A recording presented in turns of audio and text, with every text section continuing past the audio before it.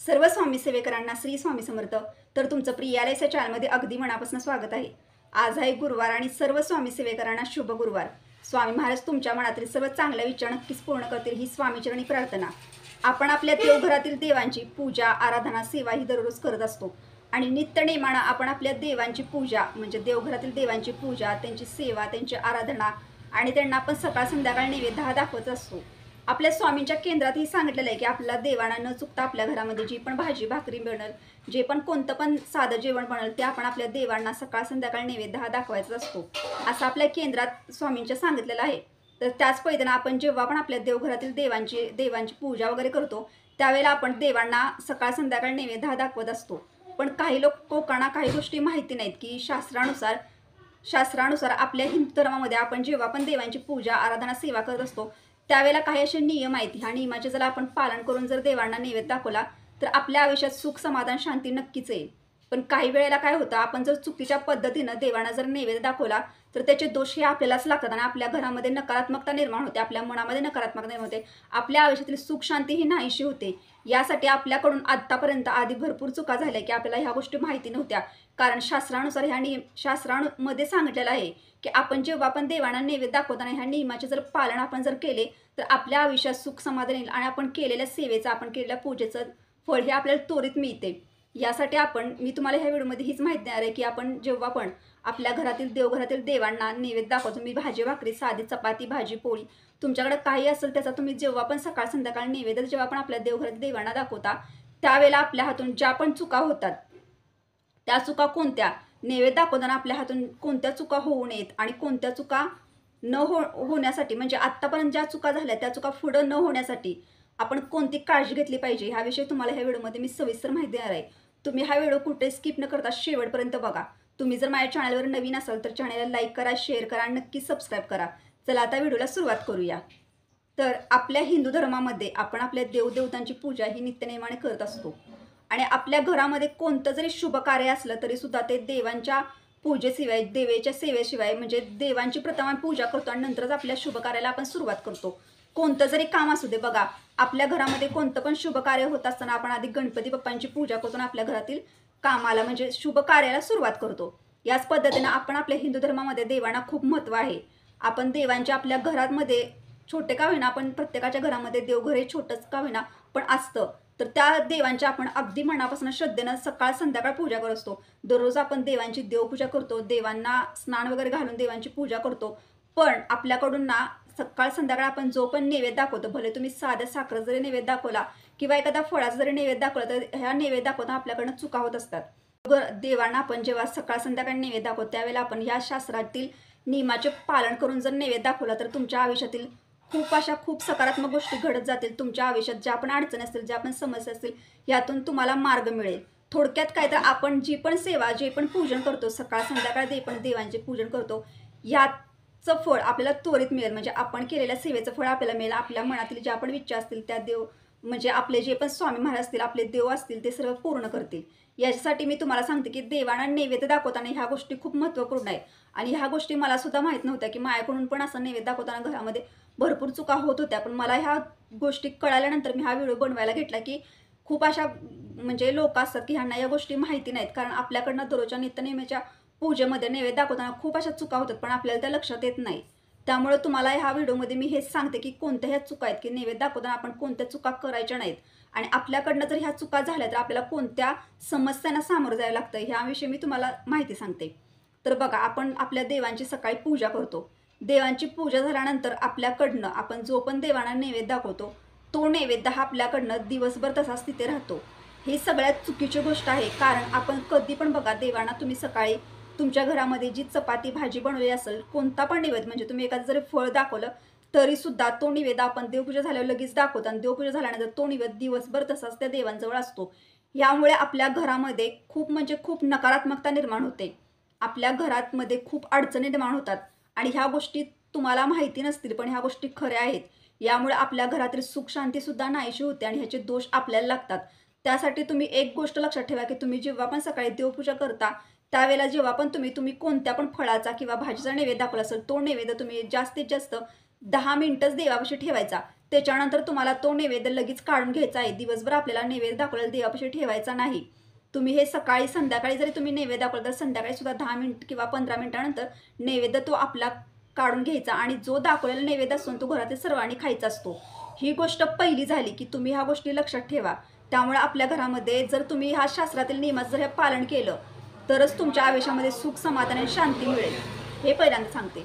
आणि त्याच्यानंतर दुसरी गोष्ट अशी की समजा जर आपल्याकडनं आपण जर देवांना नैवेद्य दाखवला आणि आपल्याकडनं जो पण नैवेद्य असतो तो दर देवांच्या तसा जर राहिला दिवसभर, तर ज्या वाईट शक्ती असतात म्हणजे वाईट गोष्टी म्हणजे वाईट शक्ती असतात बघा, ज्याप्रमाणे चांगल्या शक्ती असतात त्याचप्रमाणे वाईट शक्ती सुद्धा आपल्या अवतीभोवती असतात.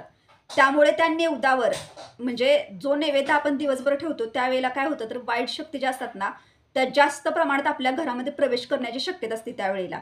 यासाठी तुम्ही तुमच्या घरामध्ये जेव्हा पण कधी देवाला नैवेद्य दाखवता त्यानंतर तुम्ही 10 मिनिटं किंवा 15 मिनिटानंतर तो नैवेद्य आपण काढून घ्यायचा आहे. देवापाशी दिवसभर नैवेद्य आपल्याला ठेवायचा नाही. ही पहिली गोष्ट कायम लक्षात ठेवा. त्याच्यानंतर तुम्हाला एक दुसरी गोष्ट सांगते की जेव्हा पण आपण देवांना नैवेद्य दाखवतो त्यावेळेला तुम्ही साधा जरी नैवेद्य दाखवत असला तरी सुद्धा देवांना जो नैवेद्य दाखवता चपाती भाजीचा तो नैवेद्य कधी सुद्धा फरशीवर दाखवायचा नाही. फरशीवर आपण नैवेद्य कधी दाखवायचं, तुमच्याकडे छोटासा पाट असेल तर त्या पाटावर भरीव चौकोन करून घ्यायचं आणि त्याच्यावर ते नैवेद्याचं ताट ठेवायचं. ही पण गोष्ट लक्षात आपल्याला केळीच्या पानाचाच वापर करायचा आहे. पूर्वीपासून चालत आलेली ही परंपरा आहे की आपण जेव्हा पण कधी नैवेद्य दाखवत असतो, जेव्हा पण आपल्या घरामध्ये सण समारंभ असते पहिल्याच्या काळापासून बघा तुम्ही जास्त करून हिंदू धर्मामध्ये केळीच्या पानावरच नैवेद्य दाखवला जातो. त्यामुळे तुम्हाला शक्य असेल तर तुम्ही केळीच्या पानाचाच नैवेद्य दाखवण्यासाठी उपयोग करा. यामुळे काय होईल तर आपला नैवेद्य हे स्वामी महाराज आपले देव सर्वजण स्वीकारतात आणि तुम्हाला त्या म्हणजे नैवेद्य दाखवल्याचं फळ तुम्हाला त्वरित मिळतं. पण असं नाही की तुम्हाला जर केळीचं पान न मिळालं आणि तुम्ही जर दुसऱ्या ताटामध्ये नैवेद्य दाखवलं तर आपला देव नैवेद्य हा स्वीकारत नाही का, असं काही नाही. फक्त एक गोष्ट तुम्ही लक्षात ठेवायचं की नैवेद्य दाखवताना तुम्हाला जर केळीचं पान तुमच्याकडे उपलब्ध जर नसेल तर तुम्हाला नैवेद्य हा तांब्याच्या ताटामध्ये दाखवायचा आहे. आणि तांब्याचं ताट जरी तुमच्याकडे नसेल तर तुम्ही जो पण नैवेद्य तुमच्या देवांना दाखवता देवघरातील त्यांच्यासाठी तुम्हाला ते ताट जे असेल ते वेगळं ठेवायचं आहे. आपल्या घरातले जे पण लोक असतात ती जे जेवण करतात ते ताट देवाला वापरायचं नाही. ह्या गोष्टींचं तुम्ही पालन करा, कारण हे शास्त्रात सांगितलेले नियम आहेत. आणि जो पण भक्त असतो म्हणजे जो पण सेवेकरी किंवा जे पण घर असतं त्या घरामध्ये ह्या शास्त्रातील नियमाचं पालन करून जेव्हा देवाची पूजा, देवाची आराधना, देवाची सेवा आणि देवाचा नैवेद्य वगैरे दाखवला जातो त्या घरामध्ये सुख, शांती, ऐश्वर्य नक्कीच असतं आणि लक्ष्मी सुद्धा त्या घरामध्ये स्थिर राहिलेली असते. त्यामुळे तुम्ही थोड्याफार जास्त नियम नाहीत, थोडेसेच नियम आहेत, पण ह्या नियमाचं तुम्ही पालन करा. तुमच्या घरामध्ये जर केळीचं पान जास्त करून केळीचं पान जर अवेलेबल नाहीच मिळालं तर तुम्ही फक्त एवढंच लक्षात ठेवा की आपण जेव्हा पण आपल्या देवाला नैवेद्य दाखवतो ते ताट फक्त सेपरेट ठेवा, साईडला ठेवा. एक नवीन आणून तुम्ही ताट हे फक्त देवापुरतच ठेवू शकता. अशा पद्धतीने सुद्धा तुम्ही देवांना नैवेद्य दाखवू शकता. आता एक लक्षात ठेवा की जेव्हा पण आपण देवांना नैवेद्य दाखवतो हा नैवेद्य कधी दाखवायचा. आता सकाळी जर तुम्ही देवपूजा झाल्यानंतर तुम्हाला लगेच देवांना नैवेद्य दाखवायचं आहे. देवपूजा झाल्यानंतर आपल्याला 1, 2, 3 किंवा 1.5 तासानंतर नैवेद्य दाखवायचं असं करायचं नाही. तर देवपूजा झाल्यानंतर आपल्याला त्वरित नैवेद्य देवाला म्हणजे लगेच देवांना नैवेद्य दाखवायचा. नैवेद्य दाखवल्यानंतर आपल्याला 10 मिनिटानं ते ताट काढून घ्यायचं आणि तो जो नैवेद्य दाखवलेला असतो तो नैवेद्य सर्वांनी आपल्या घरातल्यांनी, घरात जी पण व्यक्ती असतील, जे पण कुटुंबामध्ये ज्या पण व्यक्ती असतील त्या सर्वांनी थोडं थोडं त्यातलं प्रसाद म्हणून खायचं आहे. यामुळे तुमच्या आयुष्यामध्ये सुख शांती तर येईलच, शिवाय आपण जर काही अडचणीमध्ये असेल, प्रॉब्लेममध्ये असेल तर त्यातनं सुद्धा आपण बाहेर पडतो आणि म्हणजे आपल्याला जर कोणते जर आजार असेल किंवा शारीरिक जर व्याधी असेल तर ह्यातून सुद्धा आपल्याला मुक्ती मिळते. ह्यासाठी आपण तो प्रसाद समजून घरातल्या सर्वांनी तो नैवेद्य खात जावा. अशा पद्धतीने तुम्ही शास्त्रातील नियमाचे पालन नक्कीच करा.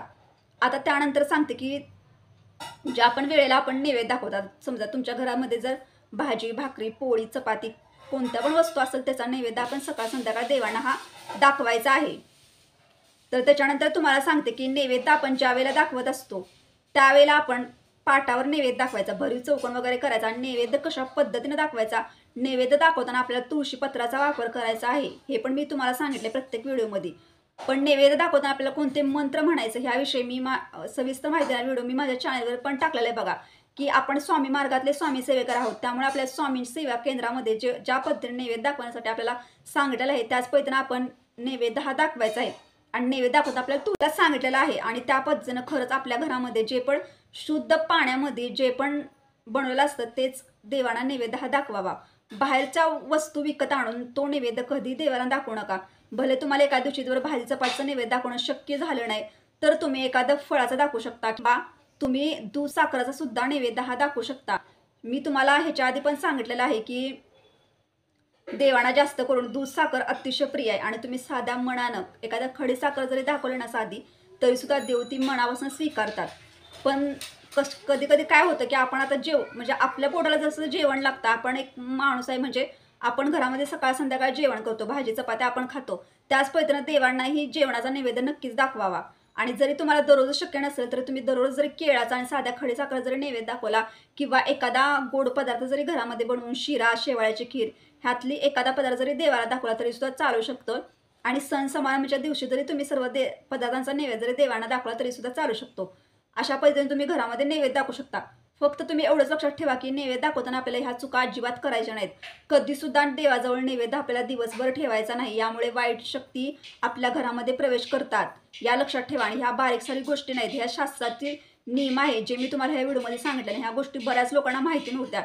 मी सुद्धा हेच करायचे की सकाळी जेव्हा पण मी नैवेद्य दाखवायचे देवपूजा झाल्यानंतर, तो नैवेद्य मी भले एखादा फळाचा दाखवायची, साखर दाखवायचा, कुठल्याही साध्या वस्तूंचा तरी दाखवायची, गोड एखादा पदार्थ, तो दिवसभर त्या देवांजवळ ठेवायची. पण नंतर जेव्हा मला ह्या गोष्टी कळाल्या, कारण हे शास्त्रातले नियम म्हणजे आपण ह्या नियमाचं पालन करून जर देवांची सेवा, पूजा आणि देवांना जर नैवेद्य दाखवला तरच आपली पूजा ही देवापर्यंत पोहोचणार आणि स्वामी महाराज आपला नैवेद्य स्वीकार.